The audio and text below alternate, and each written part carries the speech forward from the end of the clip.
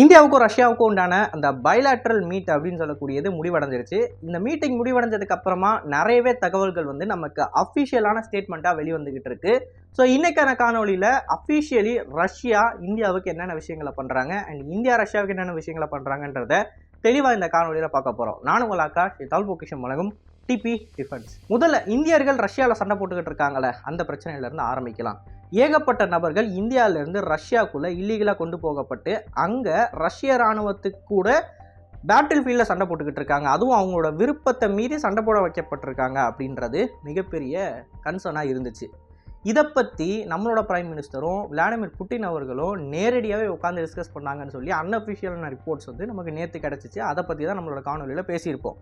ஆனால் இன்றைக்கி என்ன அப்படின்னு பார்த்தீங்கன்னா, இதோட அஃபிஷியலான ஒரு ஸ்டேட்மெண்ட்டை ரஷ்யா வெளியிட்டிருக்காங்க. அதன்படி எந்த ஒரு இந்தியரையும் கொண்டு வந்து பேட்டில் ஃபீல்டில் சண்டை போட வைக்கணும் அப்படின்றது எங்களோட விருப்பம் கிடையாது. இன்ஃபேக்ட் இப்போ சண்டை போட்டுக்கிட்டு இருக்கிற அந்த நபர்களோட எண்ணிக்கை கூட irrelevant to the war, அதாவது அவங்களோட எண்ணிக்கை வந்து ரொம்ப ரொம்ப கம்மி. நாங்கள் வேணும்னு இதை பண்ணணுன்ற அவசியம் எங்களுக்கு கிடையாது அப்படின்றத முதல்ல அவங்க தெளிவுபடுத்திக்கிறாங்க. அதுக்கு அடுத்தபடி அவங்க என்ன சொல்கிறாங்க அப்படின்னா, சில பேரோட பணத்தாசையின் காரணமாக தான் இந்த நபர்களை வந்து இல்லீகலாக ரஷ்யாவுக்குள்ளே கொண்டு வந்து, அதாவது ஏஜென்சி அவங்க குறிப்பிட்றாங்க, ஏஜென்சின் மூலமாக இல்லீகலாக ரஷ்யாவுக்குள்ளே வேலை வாங்க வைக்கப்படுறாங்க.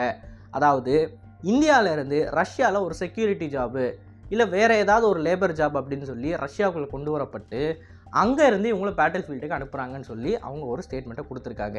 இப்போது இந்த இடத்துல நீங்கள் ஒரு விஷயத்தை நோட் பண்ணலாம். அது எப்படிப்பா சாதாரண கன்ஸ்ட்ரக்ஷன் ஒர்க்கரு இல்லை வேறு ஏதாவது செக்யூரிட்டி ஒர்க்கரை கொண்டு போய் நம்ம கையில் துப்பாக்கியை கொடுத்து பேட்டில் ஃபீல்டு அனுப்ப முடியும்? ஒரு சோல்ஜர்னால் மினிமம் ட்ரைனிங்னு ஒன்று இருக்கணும்ல, ஒரு குவாலிட்டி ஆஃப் சோல்ஜர்னு ஒன்று இருக்குல்ல, எப்படி சும்மா யாரோ கொண்டு போய் பேட்டில் ஃபீல்டு அனுப்ப முடியும் அப்படின்னு நீங்கள் கேட்டிங்கன்னா, இந்த இடத்துல தான் ஒரு முக்கியமான விஷயத்தை நீங்கள் நோட் பண்ணணும்.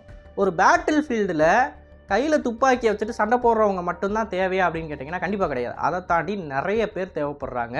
லாஜிஸ்டிக்கல் சப்போர்ட்டாக இருக்கட்டும் இல்லை கன்ஸ்ட்ரக்ஷன் ஒர்க்கராக இருக்கட்டும். ஃபார் எக்ஸாம்பிள், இந்த ரஷ்யா யுக்ரைன் போரில் ஜப்ரோஷியா பகுதியில் ஏகப்பட்ட ட்ரென்ச் நெட்வொர்க் இருக்குது அப்படின்னு சொல்லி நம்மளாம் நிறைய பேருக்கு தெரியும்.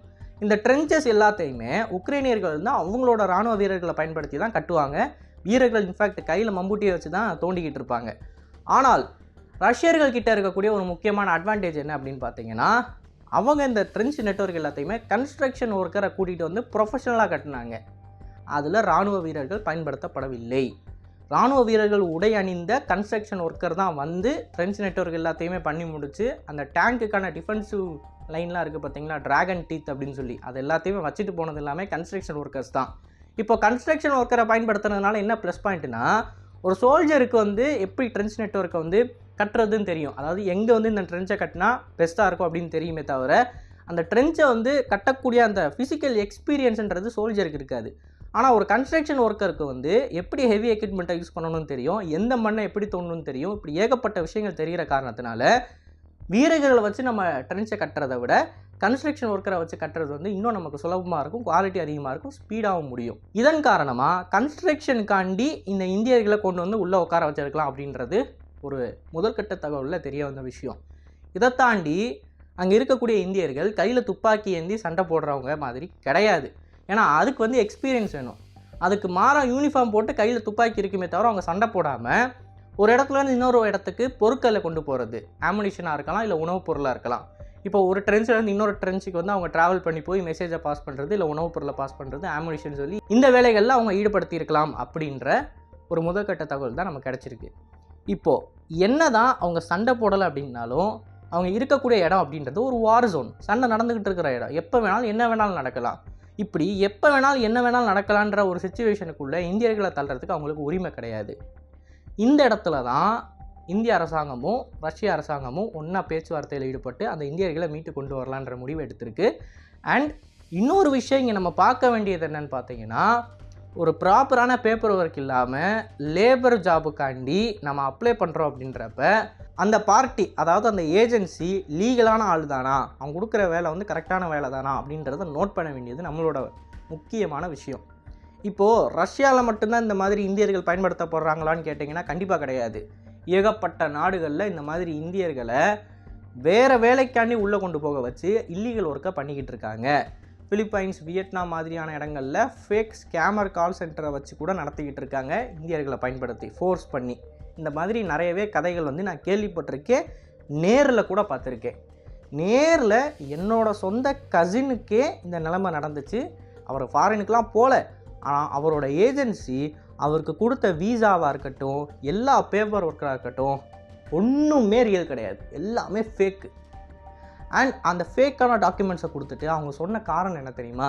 யூகே வீசா வந்து அவங்க கொடுத்துருக்காங்க, ஆனால் யூகேயில் இருக்கக்கூடிய எந்த ஒரு அஃபிஷியல் டாக்குமெண்ட்டோடையும் அது ஒன்றா சேரலை. ஏன்னா நான் யூகே வீசா வச்சுருக்கேன், நான் எப்படி வீசா அப்ளை பண்ணேன்னு தெரியும், அதுக்கான பேப்பர் ஒர்க் எல்லாமே என்கிட்ட இருக்குது. ரெண்டே சைட் பை சைடு வச்சு பார்க்குறப்ப ரெண்டுமே சேரலை.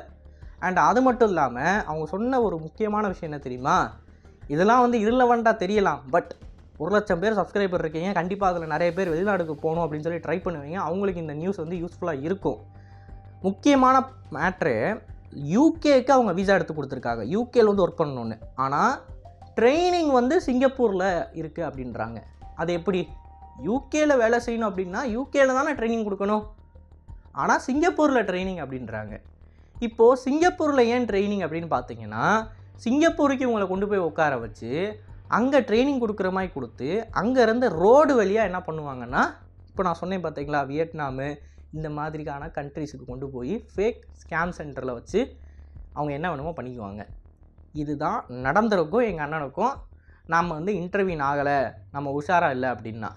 அண்ட் இந்த ஏஜென்சி வந்து என்னோடய அண்ணனுக்கு முன்னாடி நிறைய பேர் இந்த மாதிரி அனுப்பி விட்ருக்காங்க, அவங்களோட நிலைமைலாம் என்னன்னே எங்களுக்கு தெரியல. ஸோ இது வந்து எனக்கு நடந்த ஒரு சொந்த அனுபவம், இதை நான் ஷேர் பண்ணணும்னு நினைக்கிறேன். ஏன்னா இப்படி தான் இப்போ உலகம் ரன் ஆகிக்கிட்டு இருக்குது. ஒரு காசு சம்பாதிக்கிறது அப்படின்றது ஈஸி கிடையாது. அந்த காசு வந்து ஈஸியாக ஒருத்தன் வந்து ஈஸியாக உங்களுக்கு 3 லட்ச ரூபா சம்பளம்ப்பா யூகேயில் டிரைவர் வேலை, இல்லை யூகேயில் ஹோட்டலில் ஏதோ வேலை, 3 லட்சம் 4 லட்சம் சம்பளம்ப்பா அப்படின்னு சொன்னான்னா நம்பாதீங்க. ஏன்னா இங்கே அப்படி கிடையாது. 3 லட்சம் 4 லட்சம் சம்பளம் வாங்குற மாதிரியா ஒரு டிரைவருக்கோ இல்லை ஒரு ஹோட்டலில் ரெஸ்டாரண்ட்டில் வேலை செய்கிறவங்களுக்கோ 3 லட்சம் 4 லட்சம் சம்பளம்னா அப்புறம் எதுக்கு எல்லோரும் இன்ஜினியரிங் படிச்சுக்கிட்டு இருக்காங்க? நம்ம அப்படி தான் யோசிக்கணும். எதுக்கு எல்லோரும் லட்சமாக காசு கட்டி படிச்சுக்கிட்டு இருக்காங்க? ஸோ எதுவுமே ஈஸியாக வராது, கஷ்டப்பட்டால் தான் கிடைக்கும். இந்த ஒரு பேசிக் சென்ஸோடு நம்ம இருந்தோம் அப்படின்னாலே இந்த மாதிரி ஸ்கேமிங்கில் நம்ம விழுக மாட்டோம். இப்போ இதே மாதிரி தான் இந்த நபர்கள் ஸ்கேமிங்கில் விழுந்து, அதாவது அவங்க நினச்சி பார்க்க முடியாத அளவுக்கு காசை கொடுக்குறாங்க அப்படின்ற அந்த ஒரு விஷயத்தில் ஏமாந்து தான் ரஷ்யாவுக்கு போய் இப்போது அங்கே போர்க்களத்தில் இருக்காங்க. இப்போது இந்த மாதிரி போர்க்களத்தில் இருக்கிற சிச்சுவேஷன் வந்து இவங்க இதில் கூட அப்போசிஷன் பார்ட்டி லீடராக இருக்கட்டும் எல்லாருமே குரல் கொடுத்து இந்த 40 பேரை மீட் எடுத்துகிட்டு வர்றதுக்கு கவர்மெண்ட்டோட கண்ணுக்கு கொண்டு போயிட்டாங்க. ஆனால் ஒரு கவர்மெண்ட்டோட கண்ணுக்கே கொண்டு போக முடியாத கேசஸ்லாம் ஏகப்பட்டது இருக்குது. அதிலலாம் போய் மாட்டினோம் அப்படின்னா யாரும் நம்மளை வந்து காப்பாற்ற போகிறதில்ல. ஸோ இதை ஜஸ்ட்டு சொல்லணும் அப்படின்னு நினச்சேன். அண்டு மேட்ருக்கு வருவோம். இப்போது அடுத்த மேட்ரு என்னென்னு பார்த்தீங்கன்னா ரிலாஸ் அப்படின்றது ஒரு ரீஜனல் லாஜிஸ்டிக்கல் அக்ரிமெண்ட்டு. இந்த அக்ரிமெண்ட் வந்து என்ன சொல்லுது அப்படின்னா, ஒரு மிலிட்டரி ஆப்ரேஷனுக்கோ இல்லை அப்படின்னா ஏதாவது பேரிடர் மீட்புக்கோ நம்ம எதிர் நாட்டோட எல்லா விதமான ஏர் பேஸஸையோ இல்லை நேவல் பேஸஸையோ லாஜிஸ்டிக்கலுக்கு என்ன வேணும்னாலும் பயன்படுத்திக்கலாம். இதுதான் இந்த அக்ரிமெண்ட்டோட முக்கியமான டீலு. ஸோ இந்த அக்ரிமெண்ட்டில் மிகப்பெரிய பயனாளி யார் அப்படின்னு பார்த்தீங்கன்னா இந்திய கடற்படை தான். ஸோ இந்திய கடற்படைக்கு என்ன கிடைக்குதுன்னா, ஆர்க்டிக் பகுதியோட ஃபுல் ஆக்சஸ் கிடைக்கிது, அன்ரெஸ்ட்ரிக்டட் ஆக்சஸ் கிடைக்கிது.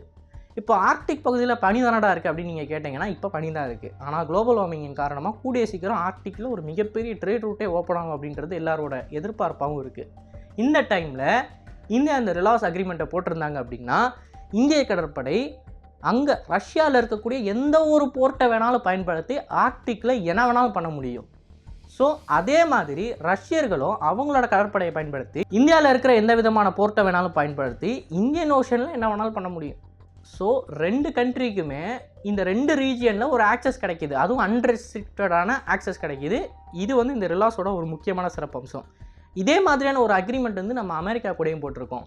அந்த அக்ரிமெண்ட்டின் படி ஹவாயில் நம்ம 2 ஆஃபீஸர்ஸை ஸ்டேஷன் பண்ணி வச்சுருக்கோம். அண்ட் அதே மாதிரி அமெரிக்கன்ஸும் இந்தியன் ஓஷனில் அவங்க ஏதாவது ஒரு பேட்ரோலிங்கில் ஈடுபட்டுக்கிட்டு இருக்கிறப்ப அவங்களோட வார்ஷிப்புக்கு எதாவது தேவைப்படுது, ஃபுட்டு தேவைப்படுது, ஃபியூயல் தேவைப்படுது, இல்லைனா ஏதாவது ஒரு ரிப்பேர் பண்ணணும் அப்படின்னாலும் இந்தியாவில் இருக்கக்கூடிய போர்ட்டை அவங்க ஆக்சஸ் பண்ண முடியும். அது மாதிரி இந்தியாவில் ஏகப்பட்ட அமெரிக்க வார்ஷிப்போ இல்லை பிரிட்டிஷ் வார்ஷிப்போ வந்து ரிப்பேர் ஒர்க்ஸில் ஈடுபட்டிருக்கு, பாஸ்ட்டில் ஈடுபட்டுக்கிட்டு இருக்குது, ஃப்யூச்சரில் ஈடுபடும். இதே மாதிரினா ஒரு டீல் தான் நமக்கும் ரஷ்யாவுக்கும் நடுவில் போடப்பட வேண்டியது ரிலாஸ் அப்படின்றது. ஆனால் அதை இன்னும் போட்டு முடிக்கலை. இது மேரிடைம் அப்படின்றத தாண்டி இன்னும் நிறைய விஷயங்கள்லையும் இது ஒன்றுக்குள்ள ஒன்று நிறையவே பெனிஃபிட்டாக இருந்திருக்கும்.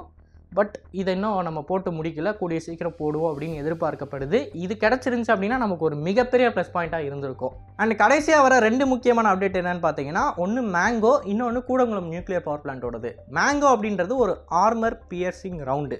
டேங்க்ஸ் அப்படின்னு எடுத்துக்கிட்டிங்கன்னா அதில் ஏகப்பட்ட குண்டுகளை நம்ம பயன்படுத்துவோம்.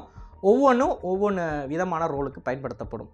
அதில் ஒரு முக்கியமான ரோல் என்ன அப்படின்னு பார்த்தீங்கன்னா ஆர்மர் பியர்சிங். எதிரிகளோட டேங்கிகளோட ஆர்மரை துளைத்து கொண்டு உள்ளே போகக்கூடிய அந்த ரவுண்டு. இந்த ரவுண்டை வந்து நம்ம உள்நாட்டில் உருவாக்குறதுக்கான எல்லா விதமான அக்ரிமெண்ட்டையும் ரஷ்யா நம்ம கூட போட்டு முடிச்சுட்டாங்க. ஸோ அதன்படி மேங்கோ ரவுண்ட்ஸை நம்ம உள்நாட்டில் உருவாக்குவோம். இந்த குண்டு அப்படின்றது T-72 T-90 பீரங்கிகளுக்கு ஃபிட் ஆகக்கூடிய ஒரு ஆர்மர் பியர்சிங் ரவுண்டு தான். இப்போ கடைசியாக கூடங்குளம் மேட்ரு பார்த்தீங்க அப்படின்னா, கூடங்குளத்தில் நியூக்ளியர் பவர் பிளான்ட் இருக்குது அப்படின்னு தெரியும். அண்ட் அந்த நியூக்ளியர் பவர் பிளான்ட் வந்து ரஷ்யர்கள் தான் கட்டி கொடுத்தாங்கன்றதும் தெரியும். இப்போ இந்த நியூக்ளியர் பவர் பிளான்ட்டில் ஃபியூயல் நமக்கு தேவைப்படுது.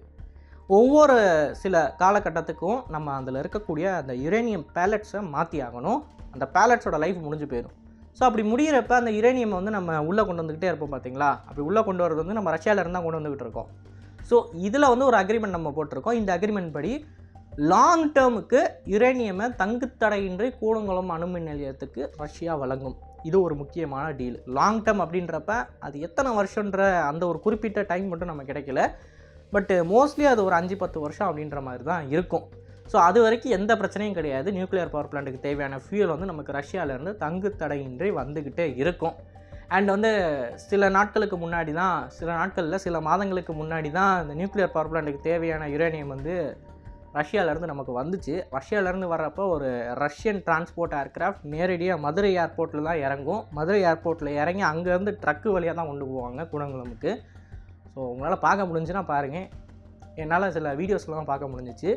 ஸோ இது இப்படி தான் ஒர்க் ஆகும். ஸோ இந்த மாதிரியான சில அக்ரிமெண்ட்ஸ் வந்து நமக்கும் ரஷ்யாவுக்கும் போடப்பட்டிருக்கு. இதை தாண்டி நிறைய விஷயங்கள் பேசியிருப்பாங்க கண்டிப்பாக. ஆனால் அதெல்லாம் இப்போ வெளியே வராது. இது மட்டும்தானான்னு கேட்குறீங்கன்னா இல்லை, நிறைய விஷயங்கள் பேசியிருக்காங்க. அதெல்லாமே போக போக காலங்கள் பார்த்து ஒவ்வொன்றா ரிலீஸ் பண்ணுவாங்க அஃபிஷியலாக. பட் இது வரைக்கும் கிடச்சிருக்கக்கூடிய அஃபிஷியல் அப்டேட்ஸ்னால் இவ்வளவு தான். ஸோ இந்த வீடியோ பற்றி நீங்கள் என்ன நினைக்கிறீங்க அண்ட் இந்த அப்டேட்ஸை பற்றி நீங்கள் என்ன நினைக்கிறீங்க அப்படின்றத மறக்காமல் கமெண்ட்ஸில் பதிவிடுங்க. அண்ட் இது போல் நிறையவே தகவலை தெரிஞ்சுக்கணும் அப்படின்னு நினச்சிங்கன்னா TPDOS பேஜை ஃபாலோ பண்ணிக்கோங்க. நல்லதை இப்போ இருந்து நல்ல சமுதாயத்தை உருவாக்கும். நன்றி, வணக்கம்.